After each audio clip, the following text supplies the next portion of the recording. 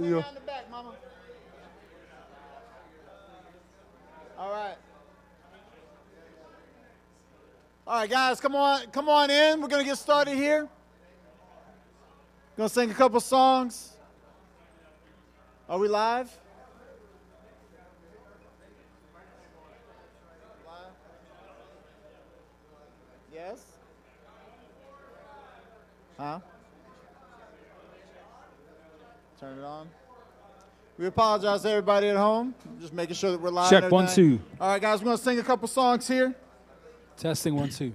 Well, I said I wasn't gonna Talk about it, but I couldn't keep it to myself. But I Couldn't keep it to myself. But I Couldn't keep it to myself. I said I wasn't gonna talk about it, but I couldn't keep it to myself. What the Lord has done for me. You ought to have been there. You ought to have been there when Jesus saved my soul. You ought to have been there. You ought to have been there when He wrote my name on the roll. But I started talking, and I started singing, and I started shouting what the Lord has done for me. Well, it's me, oh Lord, Standing in the need of prayer. It's me, oh Lord. Standing in the need of prayer. It's me, oh Lord. Standing in the need of prayer. It's me, oh Lord. Standing in the need of prayer. Not my brother or my sister, But it's me, oh Lord. Standing in the need of prayer. Not my brother or my sister, but it's me, oh Lord. Standing in the need of prayer. It's me, oh Lord. Standing in the need of prayer. It's me, oh Lord. Standing in the need of prayer. Now all my friends are gonna know about it, 'cause I could keep it to myself. No, I Could keep it to myself. No, Could keep it to myself. Now all my friends are gonna know about it, 'cause I couldn't keep it to myself. What the Lord has done for me. You ought to have been there. You ought to have been there when Jesus saved my soul. You ought to have been there. You ought to have been there when He wrote my name on the roll. But I started walking, and I started talking, and I started singing, and I started what shouting the Lord has done for me. Amen. Now that we're awake a little bit, we got a special song that we want to sing here tonight. It's for my boy Joe Can. Joe Canteen, 53 good years. Happy birthday to you at home. Happy birthday to you. Happy birthday, dear Joseph. Because that's what she calls you. Happy birthday to you. Amen. That's good enough. Let's go ahead and take a seat. Man, if we ever got up after singing 4 minutes after 7, man, we're so ahead of schedule. But man, it's great to see everybody. I love men's night. I don't know. I love seeing you guys all the time. It's just cool being together as men and guys just in the battle, going through the week, and it's just a great time. So I didn't number my announcements. I lettered them, and we're going to go to I tonight. Okay, so I'll be quick. But okay, the 40-day prayer book has been going great. Different groups are meeting. If you want to get on the Tuesday night one that we do via Zoom, we'll do that next Tuesday at 7. It'll be our second one. Dietrich's going to be our leader next week, so I'm looking forward to Dietrich leading our discussion. It's going to be great. So July 11th. Anybody know what's going on July? There's a lot. Okay, I'll tell you. All right, July 11th is the first time we're really going to try to be everybody back together, church kind of cranking. We got Kingdom Kids are going to be going on July 11th, so lots going to be going on. So there's two things that I want to share with you guys is that we've had some folks volunteer to be teachers. One part-time teacher, sub, is a guy, but no guys have volunteered to teach. Okay, so I know a lot of times we have stuff, we're going to try to get everything on the same rotation, security and ushering and everything, but we do need some guys up there. And I think, I think you guys know, man, I get so much when I get a chance to teach.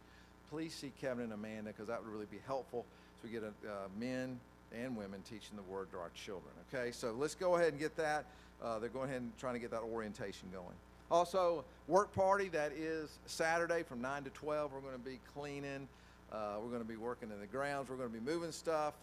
It's a lot of good stuff's going to happen, but there's clean out closets, just things you got to get done. Let's get it done so that July 11th kind of kicking off, we're in good shape. So please, if you can be here, please come.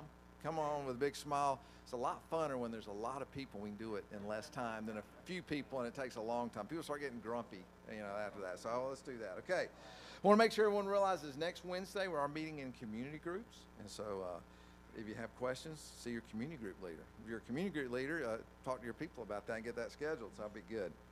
So next thing is a very encouraging announcement as far as we know a lot of us are reading the 40-Day Prayer book by Kit Cummings, and Ivy had the idea, said, well, hey, why don't we see if Kit can come over and talk to us?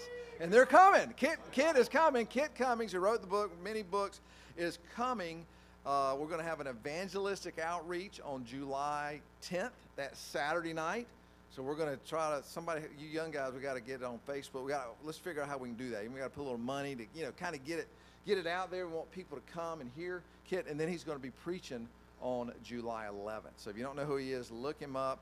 Great brother, has done incredible work in the prisons, and is just an incredible, faithful guy. And so that's July 10th and 11th. So guys, we haven't done anything like this in a year and a half. Okay.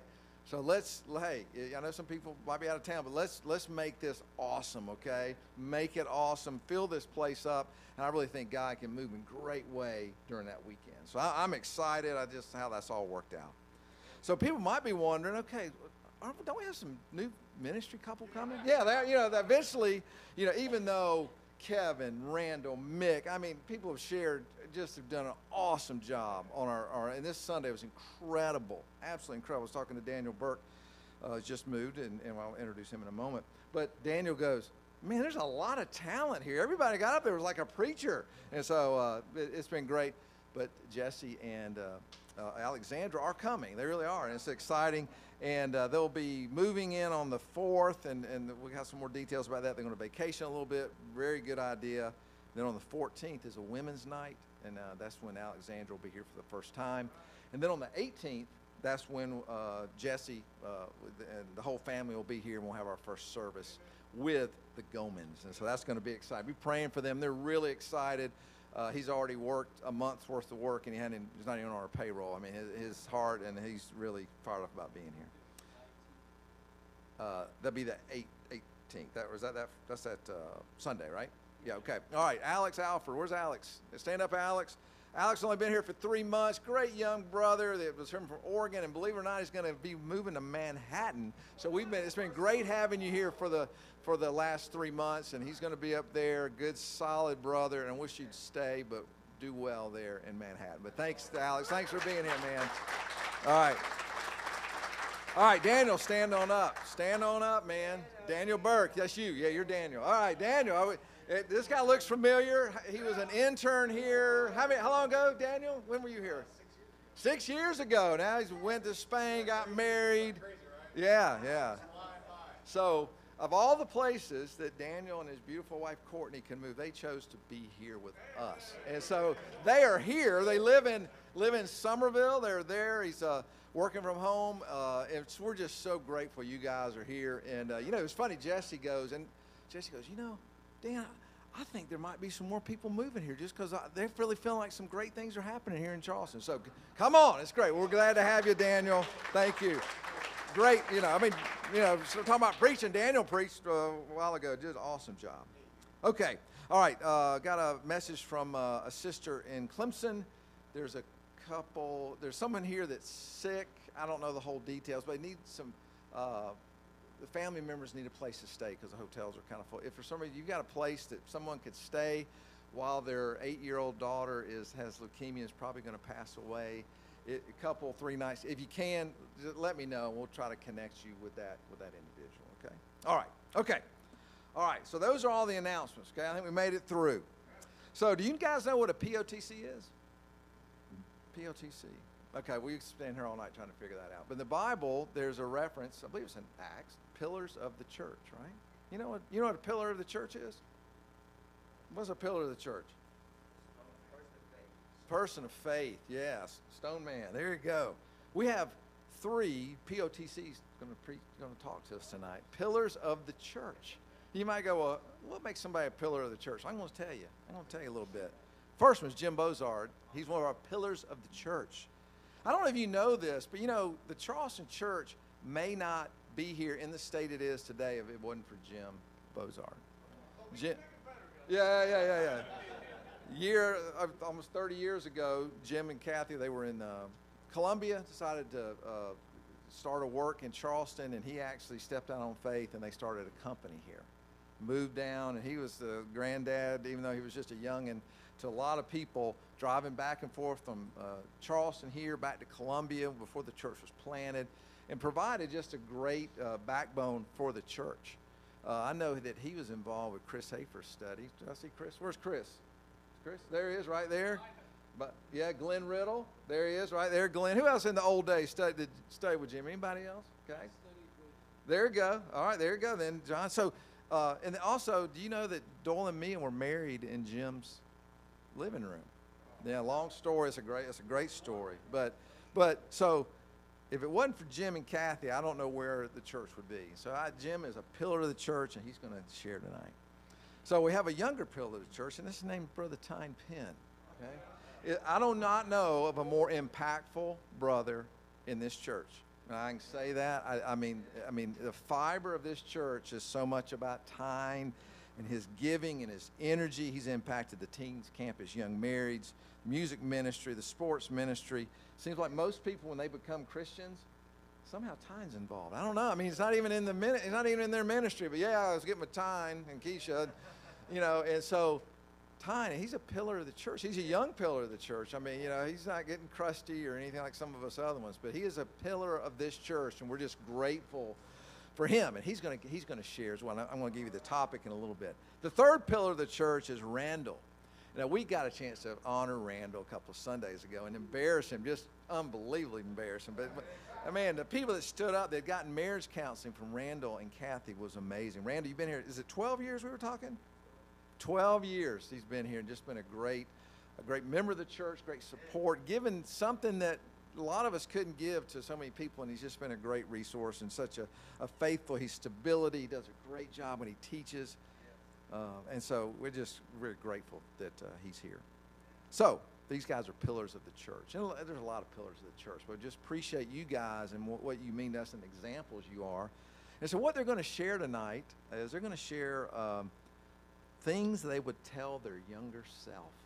You know, it sounds like a country song, doesn't it? But I think by doing this is something that especially you younger guys, and me too, I'm not young, but I can learn a lot, what they told and how that's going to affect us to serve God better, just some words of wisdom that will help us. So I think it'll be an encouraging night.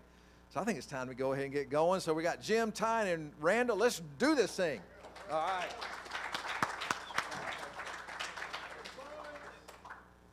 I'm really excited about Kit coming.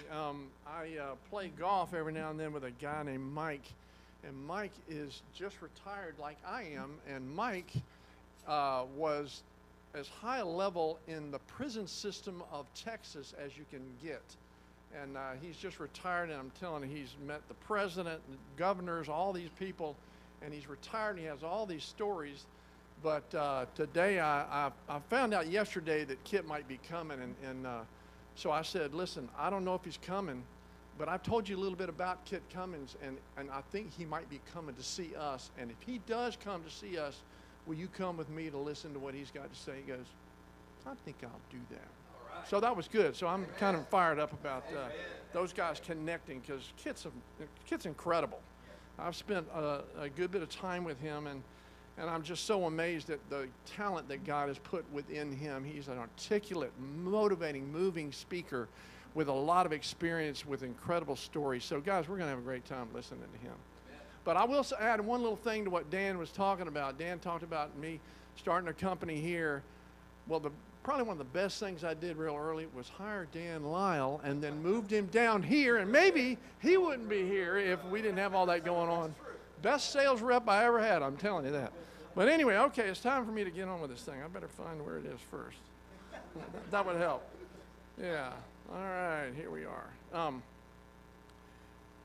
I'm just going to say that I've got 36 nuggets of wisdom, and I had done all the math to figure out I had 6.8 seconds for each of them, but no, now I got a little bit more time. But this is not my wisdom. This is just things from the years of me being around a long time, and just things that I've picked up in time, and I'm kind of just want to share these thoughts with you and get out of that window that I'm in here. Hold on, sorry guys.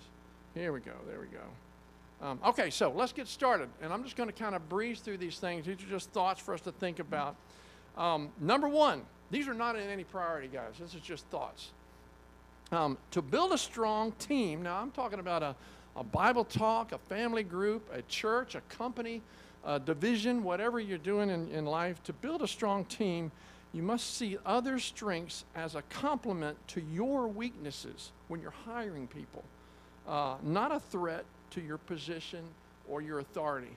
You got to find people that fill in the gaps of your weaknesses. That really works.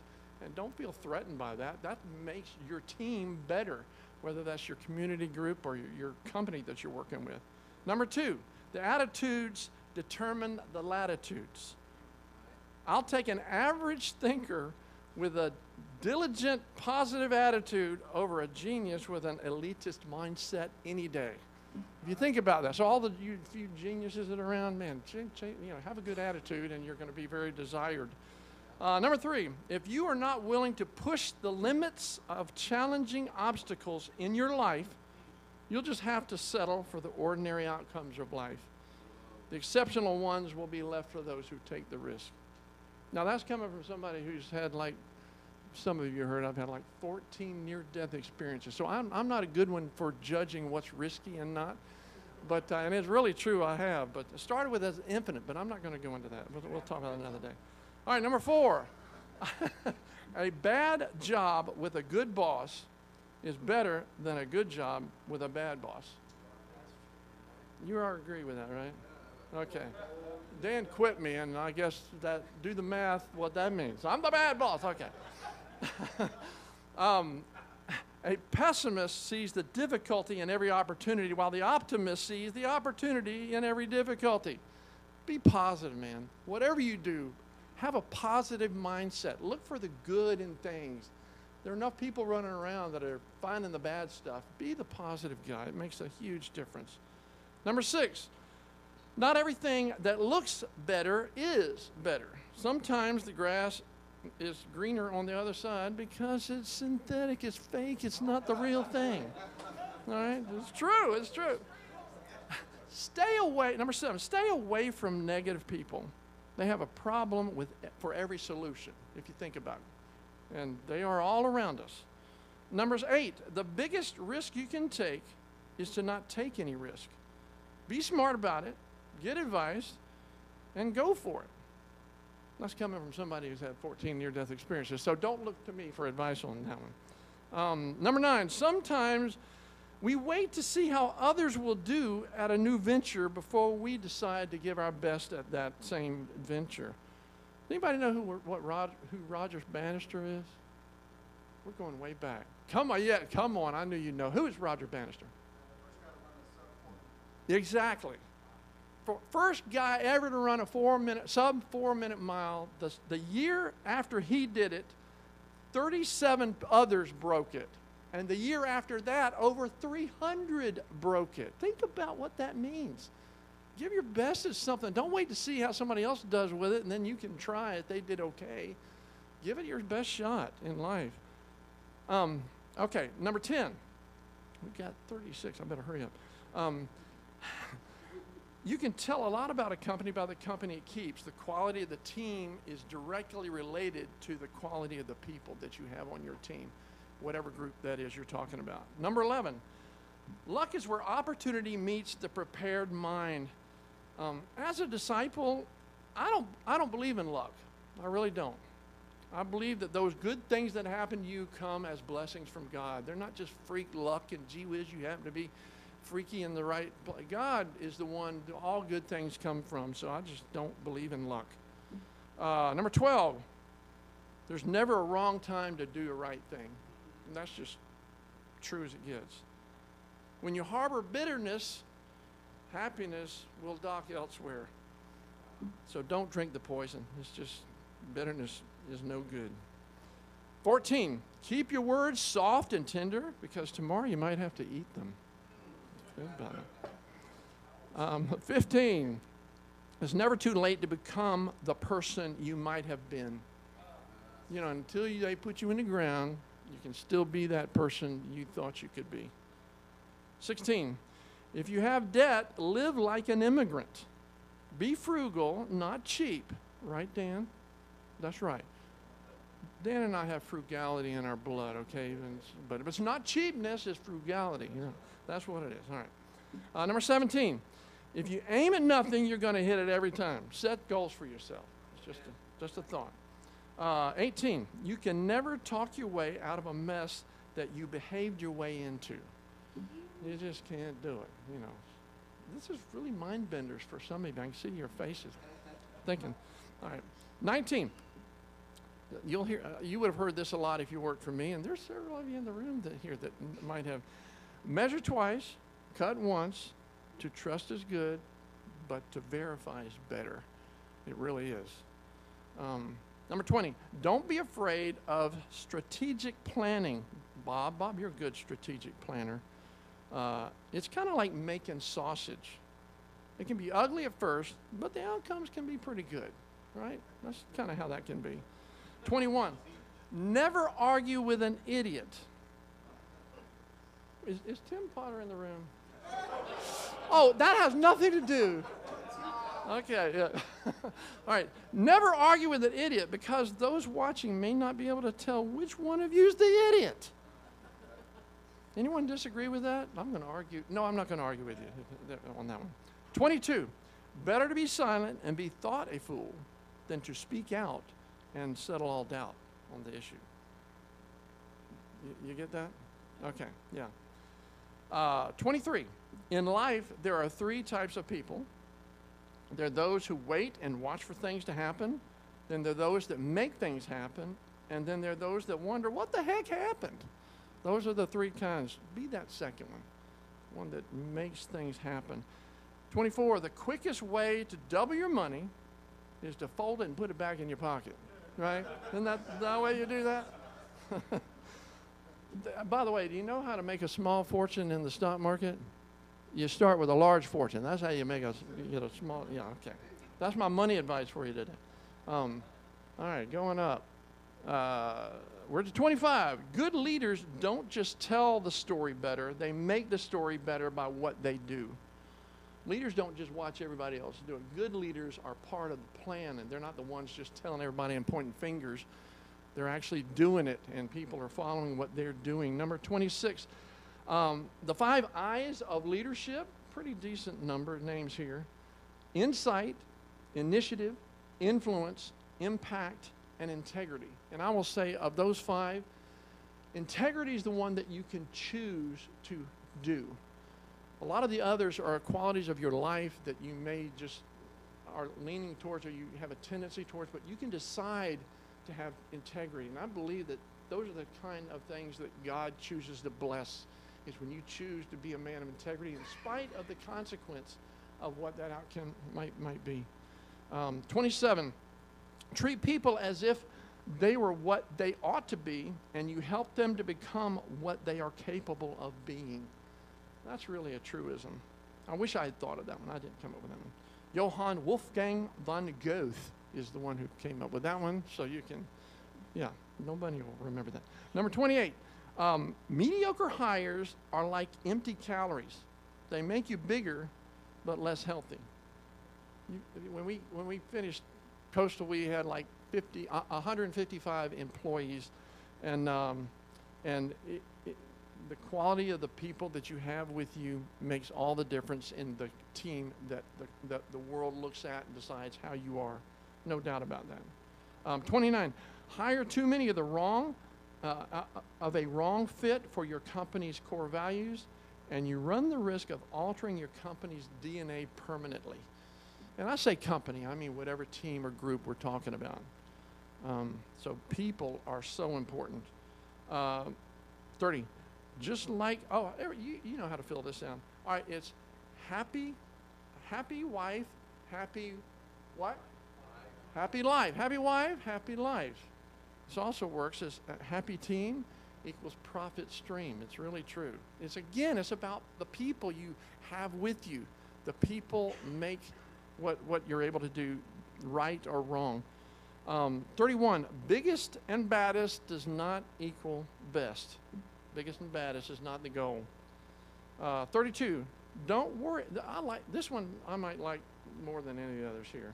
I'll just turn it upside down. There we go. Don't worry about criticism directed at you that comes from someone you wouldn't get advice from. Think about that. Don't sweat that. Now, I'm not saying don't ever listen to anything they may have to say, but don't be disturbed and set off by criticism if that's not somebody you value in wanting to get their input on something from. 33, I got 4 to go, 33. Attitudes are more important than facts. The right attitude can overcome many adverse facts. And really, Romans 12:2 is a pretty good example of that. Do not conform to the pattern of this world, but be transformed by the renewing of your mind. Then you will be able to test and approve what God's will is, his good, pleasing, and perfect will. It's the way we look at things that makes a lot of difference. 34. More often than not, employees quit bosses, not jobs. Right? Okay. However, the pay factor trumps both of those in the end. They will quit either the job or the boss for more money, but that's not always the best choice. Think about that. More money kind of is a lure, but it's not always the best choice of where to go. 2 more. If you want your children to turn out well, spend twice as much time with them and half as much money on them. The time you spend with them is crucial. And number 36, the last one, and then you can cheer because I'm done, is children are the living message we send to a time we will not see. Think about that. So invest time in your children. The future is theirs. Thank you.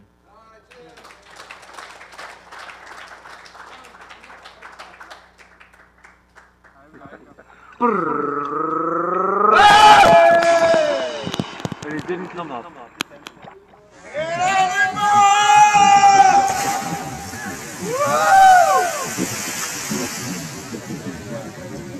So what you guys are seeing there is things that absolutely are not.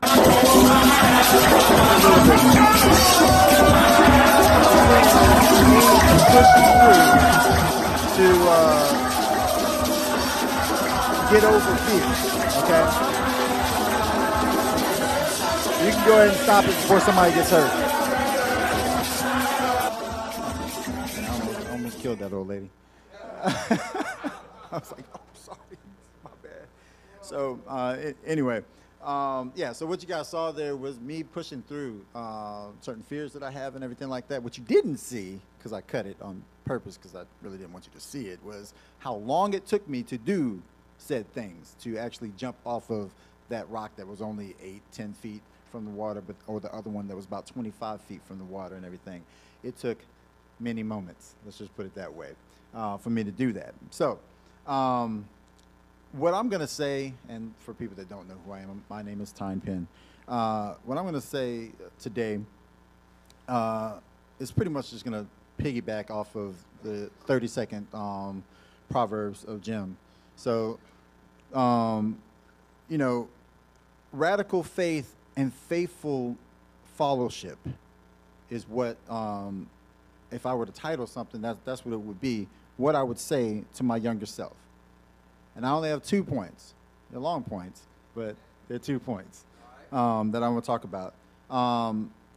First point is attack fear and sin radically.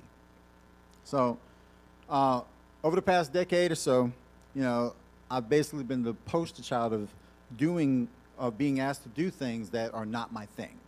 Now, the thing about that, though, is it is the foundation of everything that I'm going to talk about going forward, and I didn't know it at the time. It was all scary. It was very uncomfortable. And, you know, it was stuff that I was like, I don't think I want to do that. I don't think I can do that. You know, why would you even ask me, you know, that kind of thing. I'm not qualified for blah, blah, blah, that kind of thing. Here's why I would say things like that. Full disclaimer, I have a few phobias, all right? I'm not going to say the names of the phobias. They would take too long for me to say, but I'll say what they are. Fear of rejection. If you want to know what they are, I did write them down. Fear of failure. Stage fright. Fear of the dark. Fear of snakes. And a deathly fear of heights, which is why that was not my thing. So everybody may have a little bit of fear of something. I'm talking about the kinds of things that will make me go like this and not be able to move.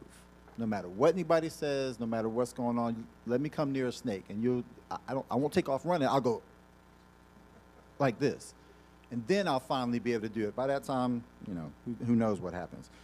You know, I've been asked or over the years, I've been asked or voluntold, just to see how this all works, to lead cold contact groups in a neighborhood where my daughter, for instance, looked up and saw this particular flag and said, "Not that one, Daddy," you know, and take my daughter up there and say, "Hey, let's go talk to him anyway," you know, that kind of thing. Lead groups of men and women that have led churches before. Maybe that doesn't affect your insecurities. It definitely affects mine. People that were more successful than me. You know, people that were older than me and made it clear that they were older than me. You know, that kind of stuff. To sing before thousands, lead professional musicians and singers in worship, to teach worship in places like that would make our worship look dull. You know, like, how in the world could I be asked to do something like that? If you know my background, and you know, this is assuming a lot of you do know the background. I couldn't sing growing up and everything, like, you know, all those kinds of things. To constantly lead, be led and lead others into places that were unknown and just trust that things were going to be okay. You know, hike trails in nature, pray in the wild without the security of my walls, and something solid to keep my favorite animal away, which would be the serpent. You know, I'm sleeping out in tents and hammocks and things of that sort. To jump from high places into oceans that were admitted to have taken lives and everything like that. You know, and as a young man, much less a disciple, I would never have thought that I could do anything like those things. In a crazy way, though, it showed me that crazy radical faith, it showed me what crazy radical faith looked like and what it could produce. In doing each of these things, what happened is I grew in my faith and my confidence. I learned to face fear and sin in my life in an uncomfortable but faithful way. It taught me to attack fear and sin and not just accept that it was who I am. I don't know if anybody can relate to that, but there's certain sins that sometimes we just kind of go, man, it's just who I am. It's just how I'm going to be. That's a lie. It's a lie from Satan. The question is, are you willing to do what it takes to step up and face it like it's a bully, you know? I've been taught, and I've been, you know, throughout the years, I've learned how to combat these things, you know, through facing fears and applying that to it. I still don't like to do any of this stuff. Please understand, okay? But when faced with it, I will do it. I hate Ferris wheels. Thanks, Dad. You know, but I got on a Ferris wheel because I didn't want my son to have my fear, like that. That's what I'm talking about. Listen as I read Mark 4, and I'm going to pick up in verse 18 through 20. We know the parable of the soils, but still others, like seed sown among thorns, hear the word, but the words of this life the deceitfulness of wealth and the desires for other things come in and choke the word, making it unfruitful. Others, like seed sown on good soil, hear the word, accept it, and produce a crop, some 30, some 60, and some 100 times what was sown. The scriptures here, they show an expectation of fruit, being productive, and being effective, which meant for me getting out of my comfort zone, being unfrozen by fear and sin and laziness. I was taught to attack fear with faith, destroy sin with openness and radical repentance. And don't let fear and sin freeze you when serving God. So I wanted to share an example of a time that I was frozen as a brand new disciple. There's a young man by the name of Scott Willis. And I don't even know if some of the people that knew me during the time when I was playing football at Charleston Southern University just remember any of this, but there was a young man by the name of Scott Willis. He was a football player at Charleston Southern University. He was a defensive lineman, and he was in the best shape of his life. I thought he was 22. He actually was 21 years old, came over from JUCO. And I saw him in the morning, and something in me said, you got to talk to him. You got to ask him to come out to whatever I think it was a Bible talk and everything like that. And I was like, something in me was just pounding, saying, you got to talk to him. This was not the first time that I had had an opportunity to talk to Scott and everything like that. There'd been times that he was by himself and everything like that. But this time, he was hanging out with a guy that had already rejected me emphatically on the defensive squad and everything like that. And so I froze when I saw him. And I was like, Scott. And he was like, I was like, what's up? And he was like, what's up? And walked off. Okay?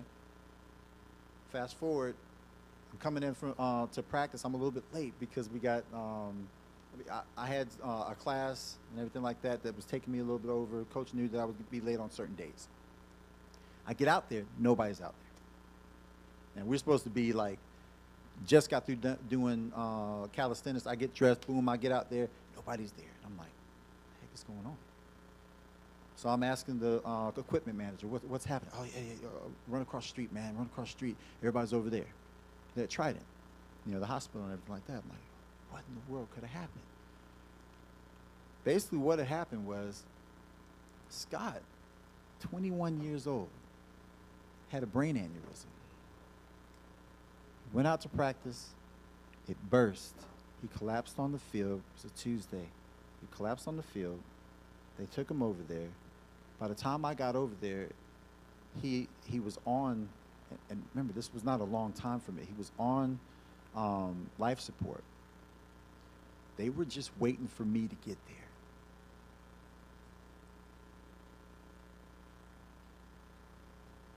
His family and my whole team was waiting for me, the last person on the team, to get there before they took him off of life support. And the crazy thing about it is, because of my newfound faith that people saw, my coach looks at me and says, Tom, we need you to pray over his body.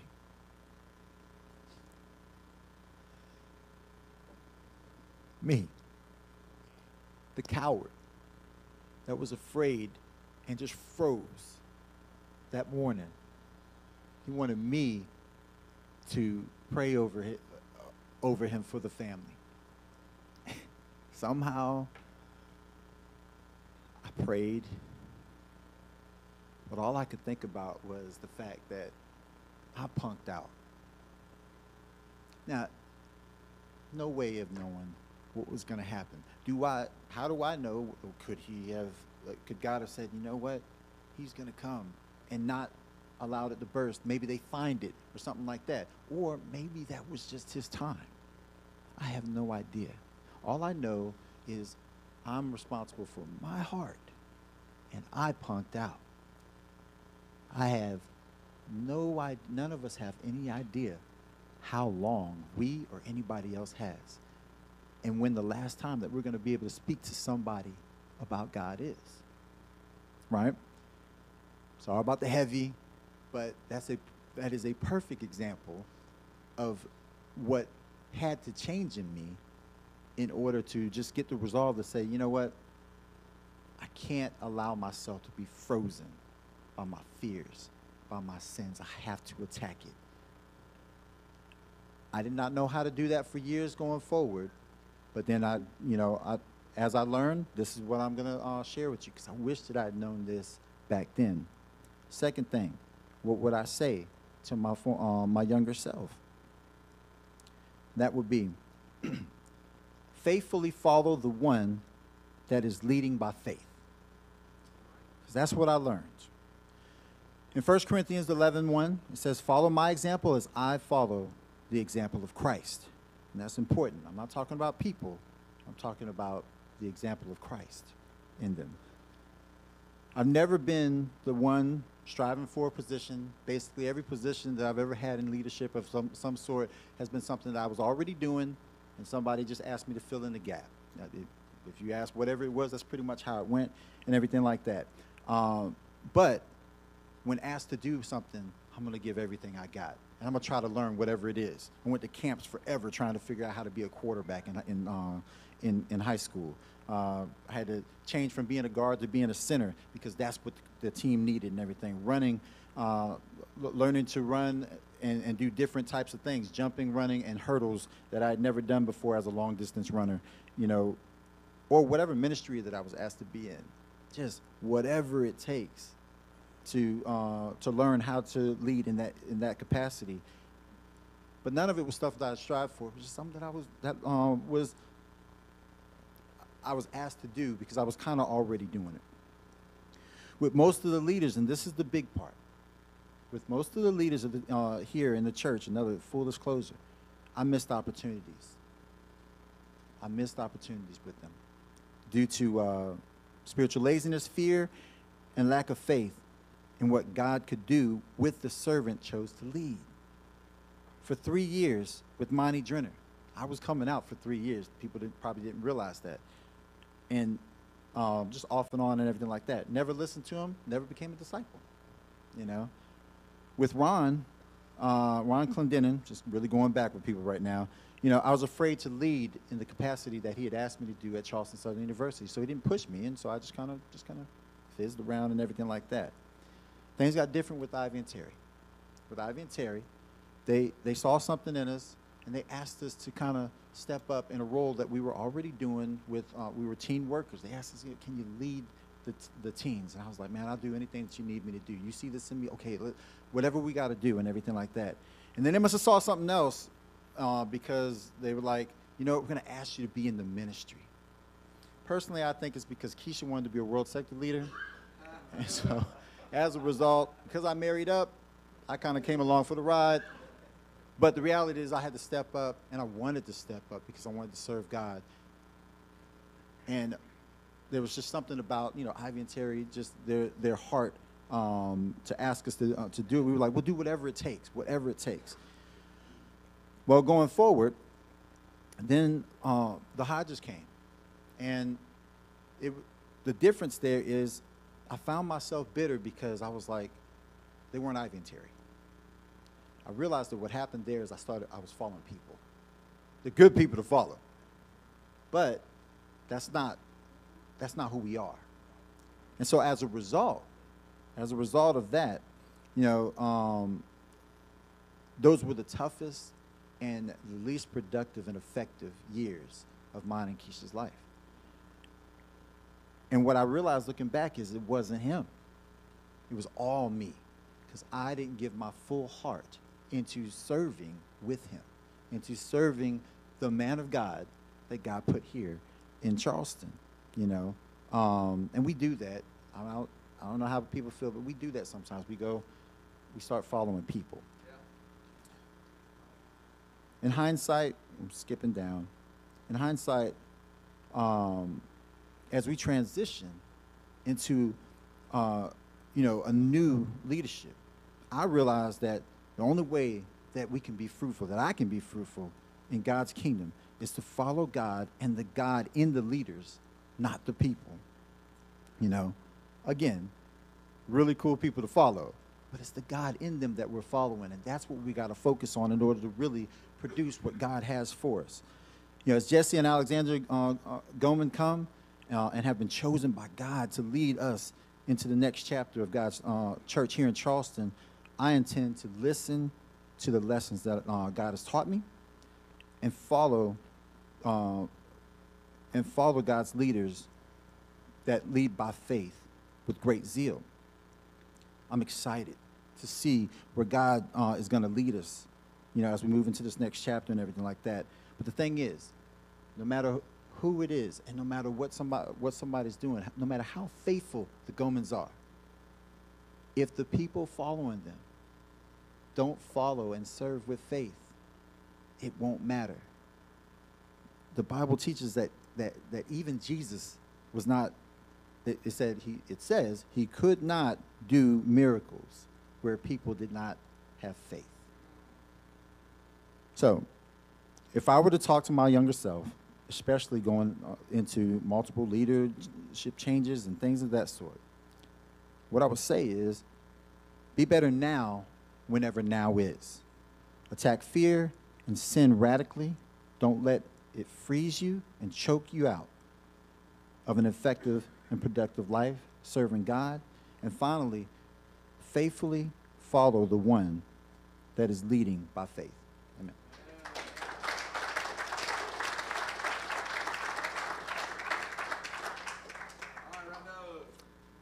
Hey, I don't know how many of you have thought about what you would say if you really could go through a time warp and talk to your young self.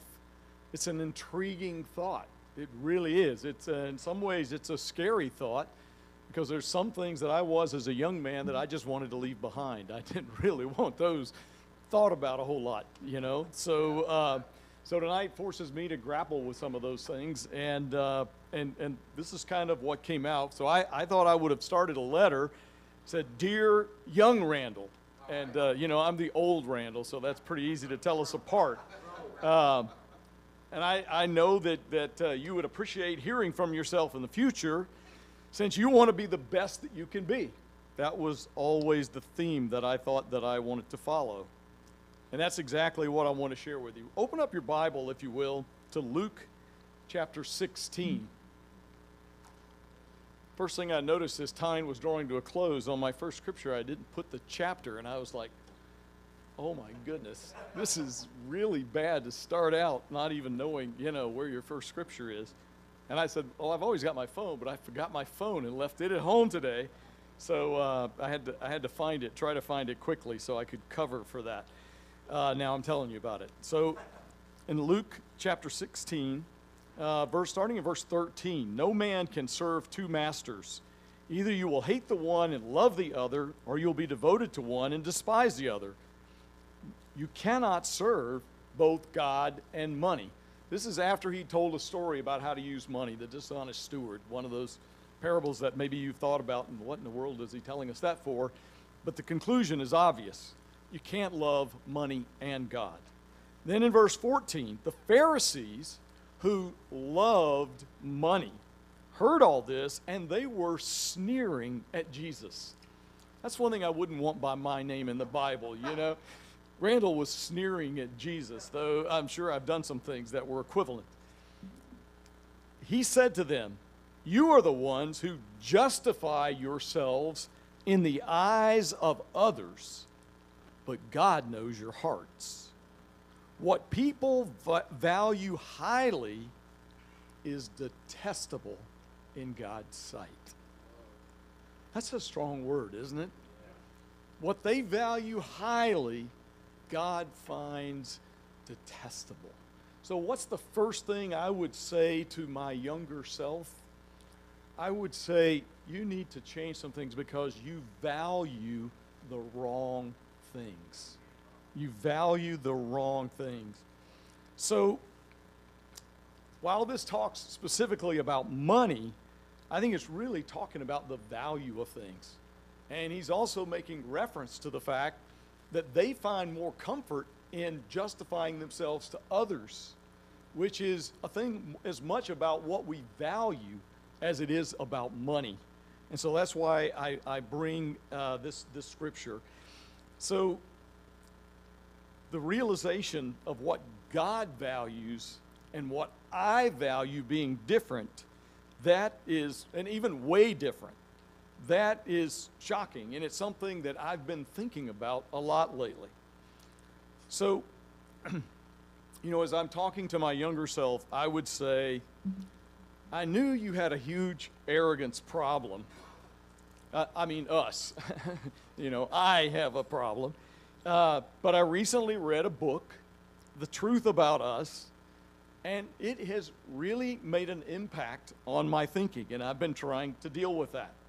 And it's helped me to understand more of what I believe is the root of the problem of arrogance. And so, if you all will give me just a few minutes, I thought I had less time, but he told us we had more time just before we came up, so we can be a little bit more relaxed.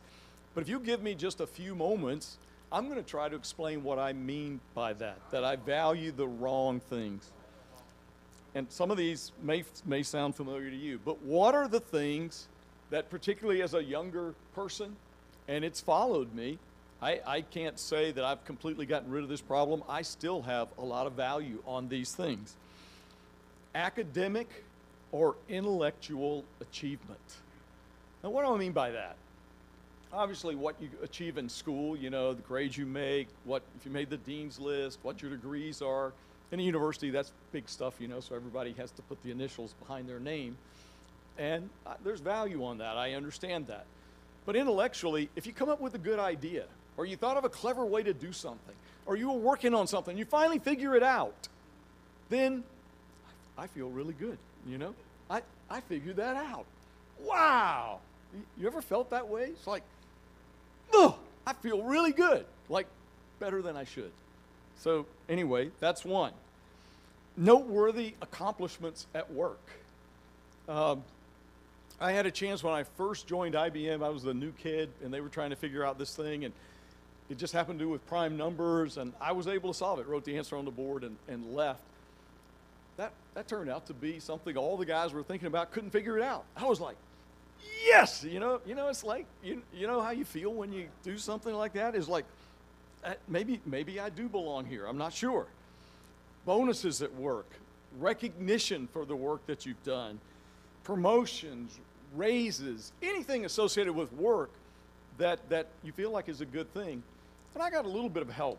My dad, back then when I was just starting to work for IBM, phone calls were very expensive. We didn't call every day. We certainly didn't call twice a day. And when we did call, we were watching the clock because it was, you know, a lot of money per minute. When you're making $15,000 a year, you had to watch that. And my dad would always want to know, well, what did you accomplish at work this week? You know, he didn't say it in exactly those words. He said, what happened at work? But you know what he wanted to hear? He wanted to hear those good. So what did you do that was noteworthy? What happened that was cool? You know? And so I spent my time thinking about that. What did I do? What did I do? I put a lot of value on that. Another one, athletic prowess, or playing a game or a sport well. I hit 7 shots in a row today. I am fired up, you know? I'm really feeling awesome. I was, you know, we played a football game today, and I caught 5 long passes. I mean, you know, the kind you watch and you run, you don't think you're going to catch up with it, and then you get it in your hands. That kind of thing. Do you know what I mean? It's like, whoa. I mean, that is just awesome. Winning, you know, when we win, it's just amazing. When the team I root for wins, you know, it's like, man, it's just awesome. I feel really great. I'm like, okay, those are things I value, obviously, because my reaction gives me away, right? You know, being thought of as attractive. You know, I'd like people to notice, you know, especially the other sex. That was a big thing to me. I wanted to be noticed. My wife and I have a saying now. He says, you know, you reach a certain age, nobody notices. You can have your collar all messed up. If they do notice, they don't say anything. I don't know which it is. But people just don't notice, so you don't have to worry about that. Having an attractive girlfriend, eventually an attractive wife, having attractive kids, that was important. Being able to tell something funny that people would laugh. That gave me a real joy. Admiration from others and being liked. You just feel liked by other people. You feel like, maybe you fit in, you're in the crowd. I'm like, okay, that's a list. But I haven't put any spiritual things in there, and there were some. But I valued activities that I did for God as well, like studying the Bible with others. When you had some success, it's like, yes, and I said the right thing at just the right time, and it really helped them get there. That's probably how I thought. But that was one of those things. Influencing others to change, teaching a great class, writing a song that expressed your heart. I was really proud of that. Being seen by others to be spiritual. Maybe that's not on your list. Having good morals, being faithful, being godly, or at least being seen to be that way. I'm like, okay. And, as we're talking about these things, Kathy and I have talked about them. I've talked about them a lot. So some of the people that know me and are around me a lot, they're like, yeah, I've heard all this, Randall. Hope you've got something new tonight. Maybe not. But what I wanted to say is, but aren't those good things? I mean, I saw you like, yeah, I like that too. I like it when I succeed. I like it when things happen. And I'm like, well, okay. I'm not necessarily trying to say those are really harmful and bad things. I'm not even saying you shouldn't pursue those. But what I'm trying to say is, when did Jesus ever build someone up for one of those? When did Jesus ever say, wow, John, that is a great idea? That you're just really showing that you've got the kind of mental thinking that I need for you to be my disciple. I couldn't think of one. How about, man, you're really fast. I did find a passage about speed, by the way. John was racing with Peter to the grave, and he made careful note to point out that he got there first. But you know what? He was an old guy when he wrote this, and I don't think he was trying to say I was fast. I think he was young, and he probably outran him because he was younger than he was. But I think that what he was trying to say was, I got there first, but I couldn't even go in. I was chicken. I think that's what he was telling you in that story. He wasn't saying, I'm really something. I can run really fast. That's just not the gist of the story. You can keep looking through that list, all the things that I've talked about, and you just don't find Jesus praising that sort of thing. What did he praise? What did Jesus note that he held people up for? Great faith. Isn't that something? And that's what he is. So I think that the reaction that I would be getting from my young self at this time, it's like, what is wrong with these things? These things are good. Why can't I be good at something and feel good about it? Old Randall, what's wrong with that? Maybe that's what you're thinking. I don't know. Well, I've got to tell you what's wrong with that. And I say, well, I'm glad you asked. In Luke 10:18, Jesus tells the rich young ruler, why do you call me good? There's no one good but God alone. That's what I've been learning from this book. We are not good. I am not good. And we have so many ways that we try to change that scenario. And the book starts out and it just starts describing some of them, which at first it sort of takes you off guard. You're like, wait a minute, that is how I think. That doesn't seem right. If you go to a room and you talk to people, are you more or less moral than the average person? Guess what people will say? 98% of them, in fact, will tell you they're more moral than the average person. You can go to a prison where people are being punished for some very bad crimes, the worst places, and they consider themselves more moral than the average person. We have an incredible capacity to deceive ourselves about how good we are. And the guy who wrote the book says he's the champion, but I think I had him beat. I really do. I think I can find good things to think about what I've done better than almost anybody I know. I can just leave feeling good about it because I did this thing and I think that was good, so I can feel good. It's like I was a good junkie. Do you know what I mean by that? I'm looking for things to feel good about, and when I get a good one, it's like, oh, yeah, oh, and that feels, oh, that feels good. Yeah, I'm good. I feel good. How are you doing? I'm good. I'm really good because I feel good. And the truth is, we are not good. So here's what I would say to myself.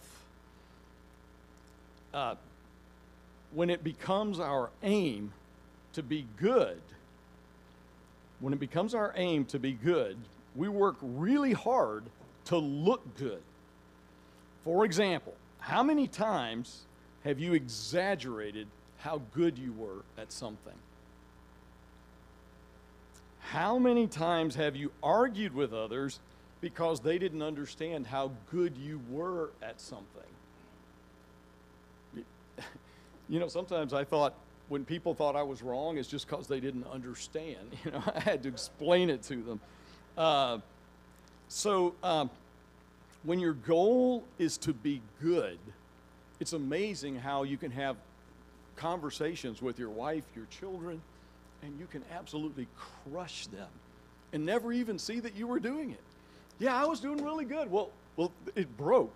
So if you're doing good, then guess what? It must be me that messed up.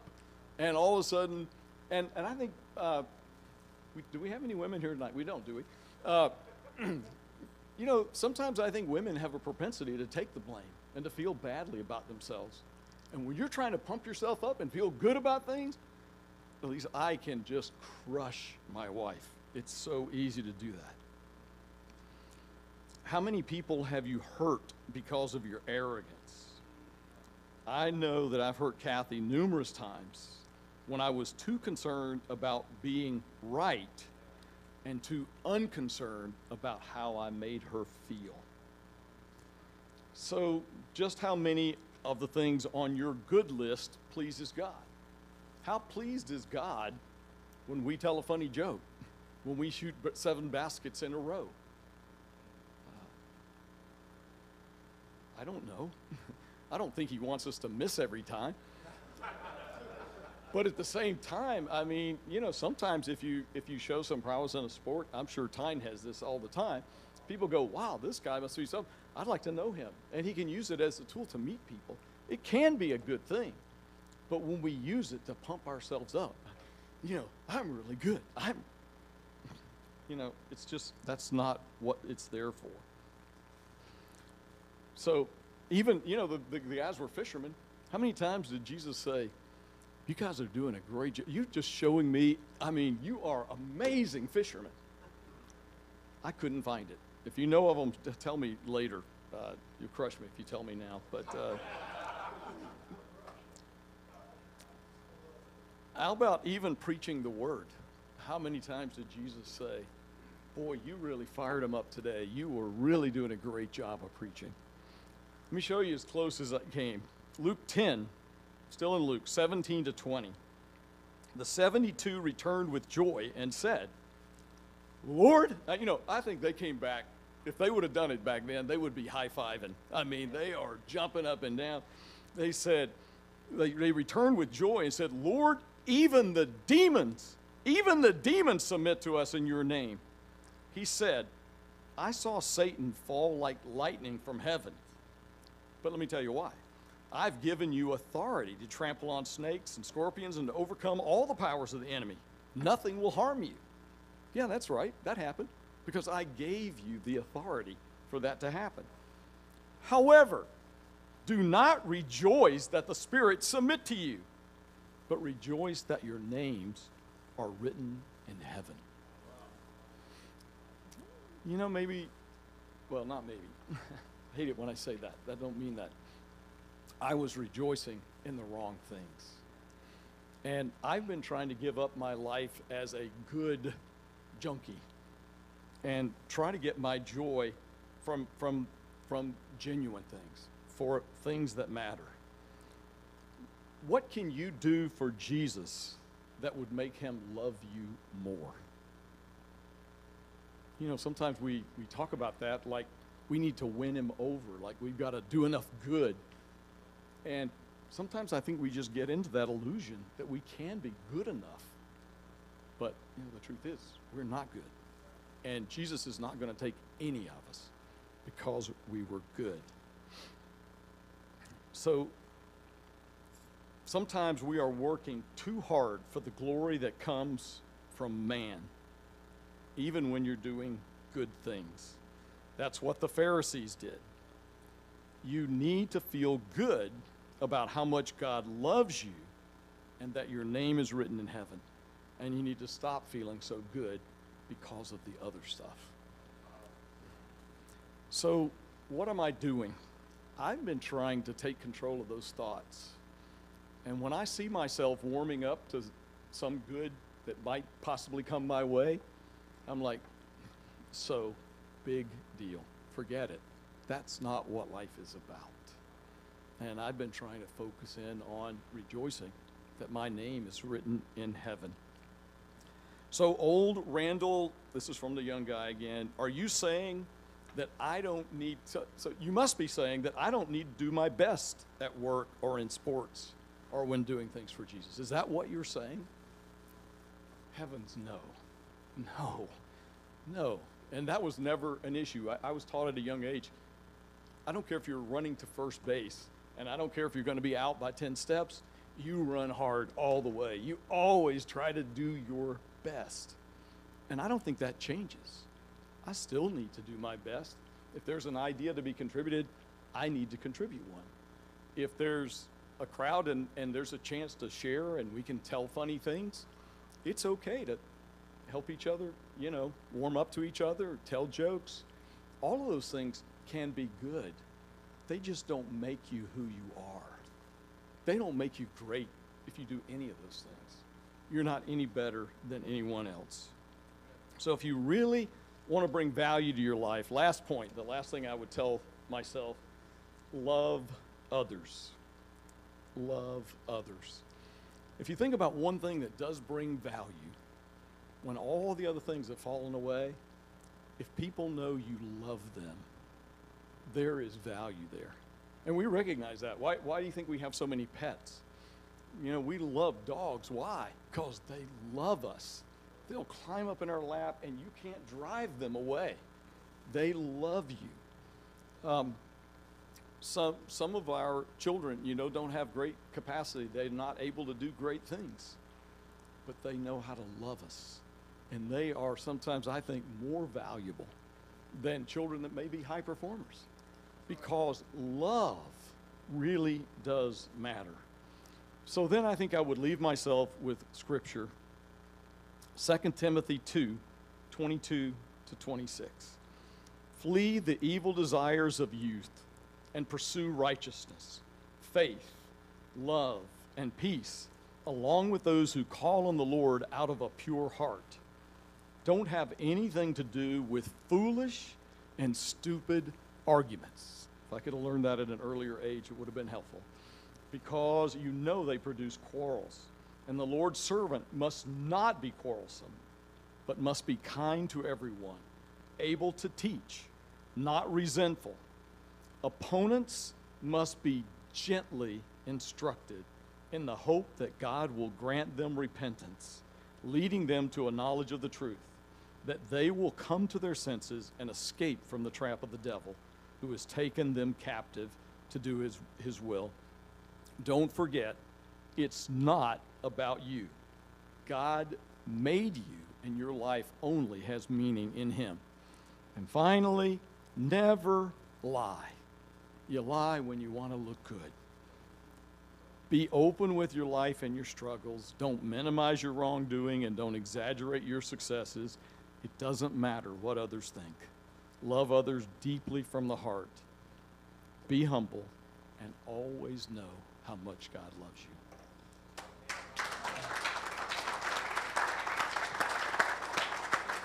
All right, guys. Thank you very much for what you shared. I know I can take a lot of things home and will help me in my normal life, so I try to please God. But I really appreciate you sharing your heart and taking so much time to prepare for a great night. So you are officially dismissed. Thank you very much.